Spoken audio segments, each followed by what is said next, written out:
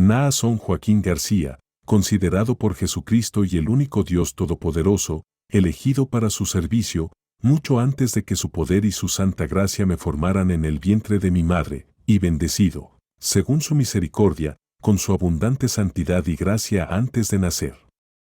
A mis amados colaboradores en la sagrada obra del Santo Ministerio, firmes defensores del apostolado y la exclusividad de la Iglesia del Señor Jesucristo. Paz, gracia y amor de nuestro Señor Jesucristo abunden a raudales en cada uno de vosotros. He sentido la inspiración divina de escribiros esta misiva con la finalidad de establecer las prioridades del trabajo personal y del trabajo espiritual en el ministerio. El Señor, que es la misma justicia por esencia y que no admite en su naturaleza ninguna mezcla de debilidad ni de imperfección, como tampoco la consiente en aquellos que hacen profesión de servicio, no solo juzgará al que actúa impíamente, que se obstina y se fortalece en su pecado, fingidor, que procura engañar con su exterior devoto y modesto, sino que también a aquel que parece que procura, en la simplicidad de su corazón, atender los desvíos, vanas y profanas pláticas, no sé. Verán libres de cargos el día de su venganza. Primera de Pedro 5, versículo 2 y 3, apacentad la grey de Dios que está entre vosotros, cuidando de ella, no por fuerza, sino voluntariamente, no por ganancia deshonesta, sino con ánimo pronto, no como teniendo señorío sobre los que están a vuestro cuidado, sino siendo ejemplos de la grey. A los pastores y diáconos quiero recordaros las palabras del apóstol Pablo en 2 de Timoteo 1 versículo 6, por lo cual te aconsejo que avives el fuego del don de Dios que está en ti por la imposición de mis manos, porque el día que decidí ratificaros en el ministerio fue el principio del ejercicio de su pastorado y diaconado. Asimismo, a los encargados, obreros y servidores en la obra y administración de esta grandiosa iglesia, confiando en que destinarían toda vuestra energía, fuerza y concentración, pero también toda vuestra consagración, santificación y dedicación al ministerio santo, Mateo 5 verso 20, porque os digo que si vuestra justicia no fuere mayor que la de los escribas y fariseos, no entraréis en el reino de los cielos. Mi relación con vosotros la vislumbro colmada de buenas profecías, de abundante fe, así como Pablo se enorgullecía de sus hombres, como Timoteo, Tito, Filemón, ejemplos de servicio limpio, sincero, hablándoles como un padre a su hijo, por ser ellos capaces de dar su vida por el apóstol del Señor. Yo también, en este tiempo, podría compartir con el apóstol Pablo a muchos fieles colaboradores genuinos, sinceros, fieles, verdaderos hijos en la fe, aun siendo hombres jóvenes o ancianos. Las características de fidelidad de la inmensa mayoría me llevan a considerarlos como una base firme de mi ministerio, seguro de que juntos tendremos grandes triunfos en Cristo el Señor. Primera de Timoteo 1 verso 2 a Timoteo verdadero hijo en la fe, gracia, misericordia y paz. Hoy, gracias al Señor, todos estáis a mi lado. Todos los ministros, pastores, diáconos, encargados, todos me habéis manifestado su apoyo a mi ministerio. Os he escuchado exclamar, yo estoy con usted. Yo lo apoyaré en todo. Yo pongo mi espada a sus pies. Ahora, se requiere que busquemos ser servidores cumplidos, servidores ejemplares, servidores que predican y cumplen la verdad.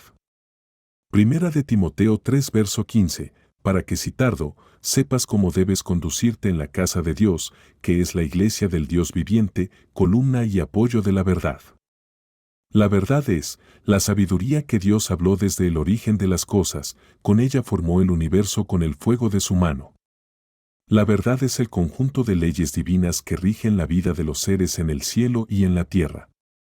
La verdad es la palabra de Dios traída por Cristo y sus ungidos para salvación. La verdad la trajeron sus profetas, no hay diferentes verdades, la verdad única, universal, la verdad de Dios. Juan 14:6, Jesús le dijo, yo soy el camino, y la verdad, y la vida, nadie viene al Padre, sino por mí. La verdad es Cristo, su doctrina, su enseñanza, su camino y la vida. Y, queriendo conservar sobre la tierra esta verdad, escogió a sus apóstoles para que seamos sus custodios, para protegerla y cuidarla, para que nadie la corrompa. A mí me escogió el Señor para proteger esta verdad, verdad que no tiene el católico ni el falso evangélico, no la tiene ni la propia iglesia que vemos congregada. Solo la tiene a quien el Señor Jesucristo ha escogido. Ha puesto a mi resguardo la verdad antigua, la que es desde que Él formó al mundo. Y la dio a sus profetas, la que dio a sus 12 apóstoles, la que dio al apóstol destinado para los gentiles, Pablo, la que dio a los apóstoles de la restauración de la primitiva iglesia, a Aarón y Samuel Joaquín.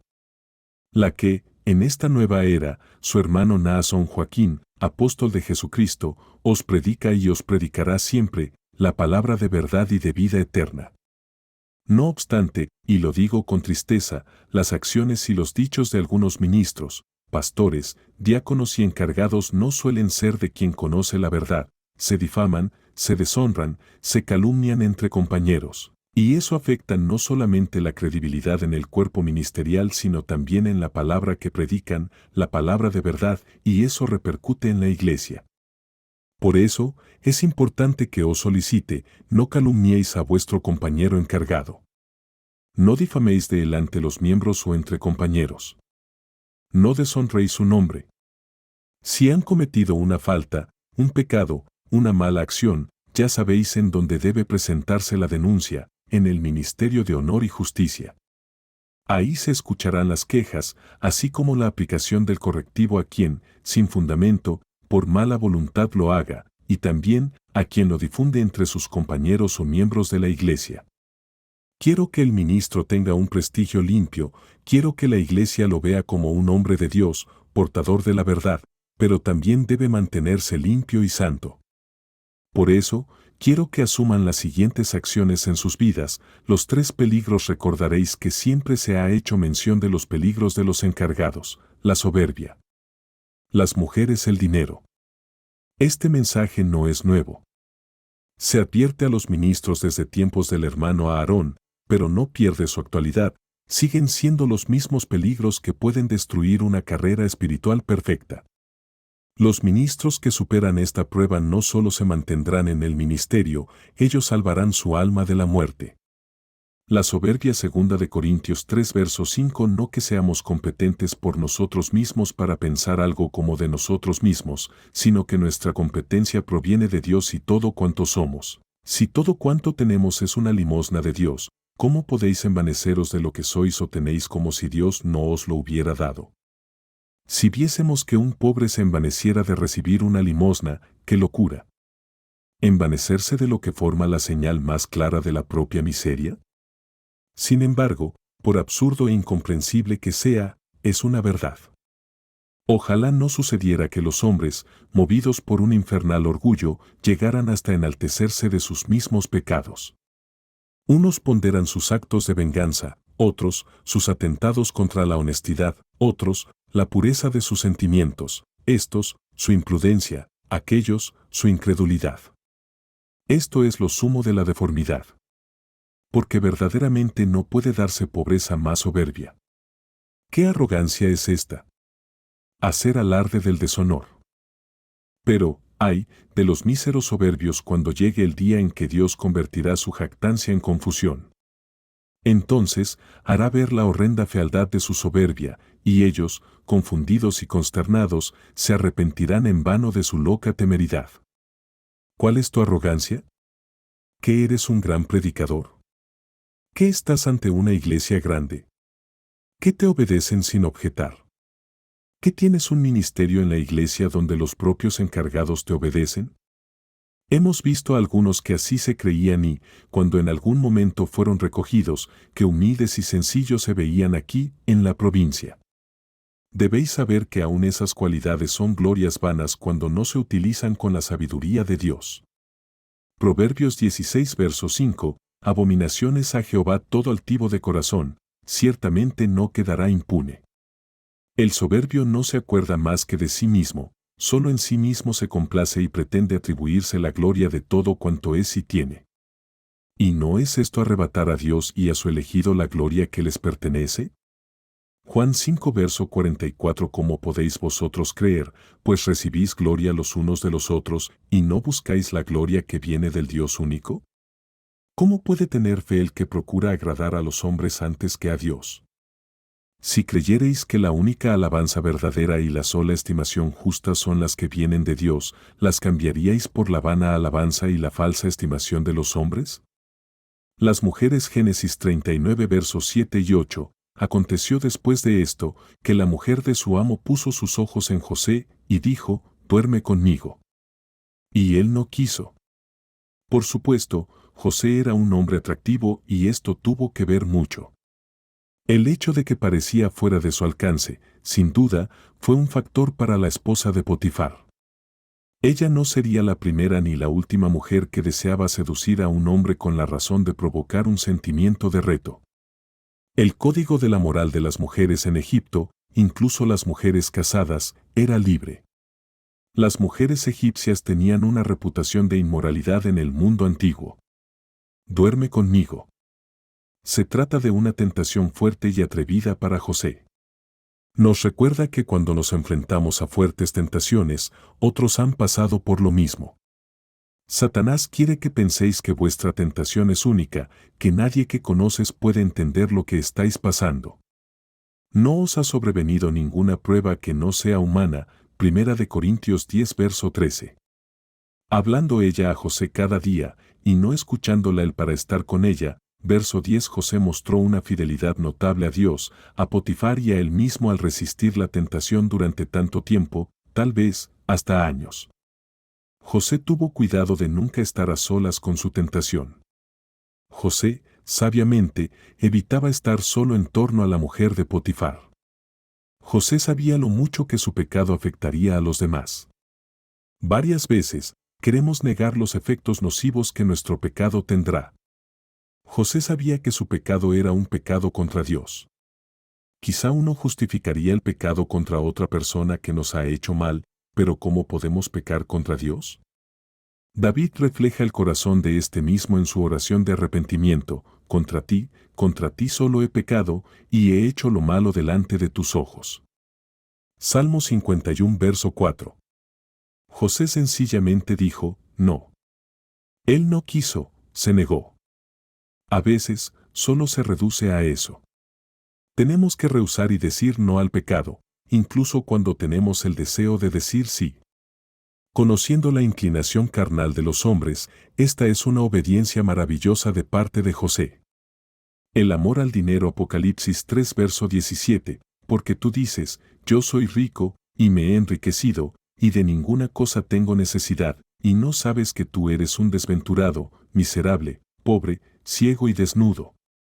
Tanto el que logra dinero en la obra como objetivo personal para sentirse seguro y lograr la felicidad, porque para él el dinero es la felicidad, la tranquilidad, la certeza del futuro y, teniéndolo, puede vivir mejor, como el que pretende aparentar lo que no es, ¿no manifiestan con esto una mezcla de pobreza y soberbia sumadas? La familia acomodada, inteligencia y sabiduría, elocuencia de la palabra, robustez de fuerza, hermosura del cuerpo, ¿no son estos bienes que Dios nos regala sin mérito alguno de nuestra parte? Las riquezas, el sosiego y bienestar domésticos, los buenos sentimientos e inclinaciones, el amor a la virtud, la antipatía al vicio, son dones puros y gratuitos de Dios. La convicción primera de Timoteo 1 verso 2, verdadero hijo en la fe. El conocimiento teórico de las doctrinas que forman el Evangelio de Cristo nunca será suficiente para estar convencido plenamente de la verdad. En ello influye la sinceridad, imposible de encontrar en un hombre de dos caras. El ejemplo de Lidia es claro para entender cómo Dios actúa con el sincero. Segunda de Timoteo 2 verso 2, lo que has oído de mí ante muchos testigos, esto encarga a hombres fieles que sean idóneos para enseñar también a otros. Con este criterio se aceptan deberes. El próspero siempre será aquel que acepta el cumplimiento de sus deberes. La mejor forma de enseñar es a través del ejemplo. El ejemplo es mejor que un predicador virtuoso, el ejemplo gana más almas que los discursos bellos y bien preparados. La conducta primera de Timoteo 4 verso 12, ninguno tenga en poco tu juventud, sino sé ejemplo de los creyentes en palabra, conducta, amor, espíritu, fe y pureza. Hebreos 13 verso 7, el resultado de su conducta. El conocimiento de la palabra de Dios y su aceptación por parte del ministro debe traducirse en actos de buena conducta. La enseñanza cristiana no es teoría para emotivos discursos que quedan solo en palabras. No. Ante todo es comportamiento, conducta en dos mundos diferentes, en la iglesia y en el mundo, obligándonos a respetar ambas, pues estamos en el mundo y obligados a acatar las leyes divinas, pero también las humanas. Si estamos convencidos en la mente y en el corazón, si sentimos nuestra enseñanza cristiana, podremos obrar conforme al Espíritu, el cual os guiará a toda verdad y justicia, para que así se ganen almas aún sin palabras. Y está a la defensiva, preparado para cualquier agresión, anticipándose a los riesgos para la iglesia. Pero siempre humildes, sencillos como palomas que actúan con sinceridad y transparencia, sin doblez ni falsedad. El ministro debe ser realista. Conocer la realidad no quiere decir que haya experimentado diversas formas de vida, se puede nutrir de realismo al ser analítico de la situación que lo rodea, sus consecuencias y desenlaces, de una forma de vida del mundo, del odio, intrigas y maldad, de la violencia que lo caracteriza en este tiempo. Es aquí donde el pastor se introduce para regir la realidad y modificarla en todo aquello que es inapropiado o inadecuado a nuestra fe. Cristo mandó a sus discípulos modificar la realidad existente en su época y, aún, para los que vendrían después. Desde entonces, el mundo ya no fue el mismo posteriormente del envío de los 12. Dejarse guiar por circunstancias transitorias y, peor aún, cuando se actúa por inercia, por pereza, por conveniencia personal, por temor o por desconocimiento de la realidad provocan consecuencias imprevisibles, pero vosotros actúen sobre la realidad para superarla. Diseñar el futuro. 1 Corintios 3 verso 10. Conforme a la gracia de Dios que me ha sido dada, yo como perito arquitecto puse el fundamento y otro edifica encima, pero cada uno mire cómo sobreedifica. El trabajo del ministro en la obra implica una enorme responsabilidad, porque se suma al trabajo espiritual del apóstol del Señor para sobreedificar sobre el fundamento. Por ello, la forma que tiene la iglesia en algún país, algún estado u otro lugar es el reflejo del trabajo de los encargados. Debemos aprender a regir la realidad sin dejarse regir por ella. Pero, para regirla, ¿se requiere diseñarla como queréis que sea vuestra iglesia? ¿Cuántos miembros queréis que tenga? ¿Qué labor hace un arquitecto o cualquier constructor antes de poner mano en la obra? Dibuja un diseño de aquello que piensa construir. Ni siquiera un maestro de obra comienza a pegar ladrillos para fabricar una casa sin una idea previa, sabe de antemano qué altura debe tener, qué es lo que va a edificar. El arquitecto, al ser profesional, no comienza una obra si no tiene planos hechos, planos perfectamente estudiados, con todos sus cálculos, estudios, etcétera. ¿Qué es más importante que la edificación del cuerpo de Cristo? De antemano debe tener un diseño. Qué importante es cuando el encargado llega a su iglesia y, desde el primer día de su estancia, empieza a analizar las condiciones, las realidades, los factores, conocer a quién va a guiar, para que con esta base diseñe su plan de trabajo, visualice el escenario de lo que se requiere realizar, cómo conviene hacerlo, en cuánto tiempo lo ejecutará y finalice con el cumplimiento satisfactorio de su proyecto. Se puede planear por semanas, días, años. El fervor. Romanos 12:11, en lo que requiere diligencia, no perezosos, fervientes en espíritu, sirviendo al Señor. La emoción. El pastor debe ser un hombre sinceramente emotivo, solo así tendrá fervor para convencer a las almas, transmitirles su fe, su amor, su pensamiento y ganarlas para el Señor. En el ejercicio de esta obra se debe poner emoción. Sin esta, la palabra se torna fría, infecunda y puede producir recelo. No significa arrebatarse, perderse dentro de la emoción, sino tomar posesión de ella y saber comunicarla, contagiarla. Se trata de una gran fuerza, Espíritu Santo, que despierta nuestro espíritu por algo, elección, vida eterna, salvación, bautismo, y acumula todas nuestras capacidades. Emoción desde las más modestas comisiones hasta las grandes encomiendas. Todo se cumple mejor en la medida que lo sintamos más profundamente. La constancia. 1 Corintios 15 verso 58, estad firmes y constantes, creciendo en la obra del Señor siempre, la voluntad inquebrantable completa las anteriores cualidades. El ministro debe ser hombre de voluntades. Puede separarse en dos tipos al género humano, el hombre de acción y el hombre de pensamiento. Santiago 4 verso 17 y al que sabe hacer lo bueno, y no lo hace, le es pecado. El encargado debe ser un hombre que ejercite su voluntad, que actúe mediante su voluntad, pero también ese ejercicio de voluntad debe ser guiado por el Espíritu Santo con inteligencia, por el conocimiento de la doctrina, fortalecido por la oración sincera y fecunda. La instrucción del ministro segunda de Timoteo 3 verso 16. Toda la Escritura es inspirada por Dios y útil para enseñar, para redarguir, para corregir, para instruir en justicia. El ministro de todos los tiempos no ha tenido preparación en seminarios o escuelas bíblicas, pero sí ha sido instruido. Y esta instrucción es aún mejor que una licenciatura. Hechos 18 verso 25. Este había sido instruido en el camino del Señor, y siendo de espíritu fervoroso, hablaba y enseñaba diligentemente lo concerniente al Señor. Los ministros no son ignorantes, están instruidos, están educados, han sido objeto de una minuciosa preparación.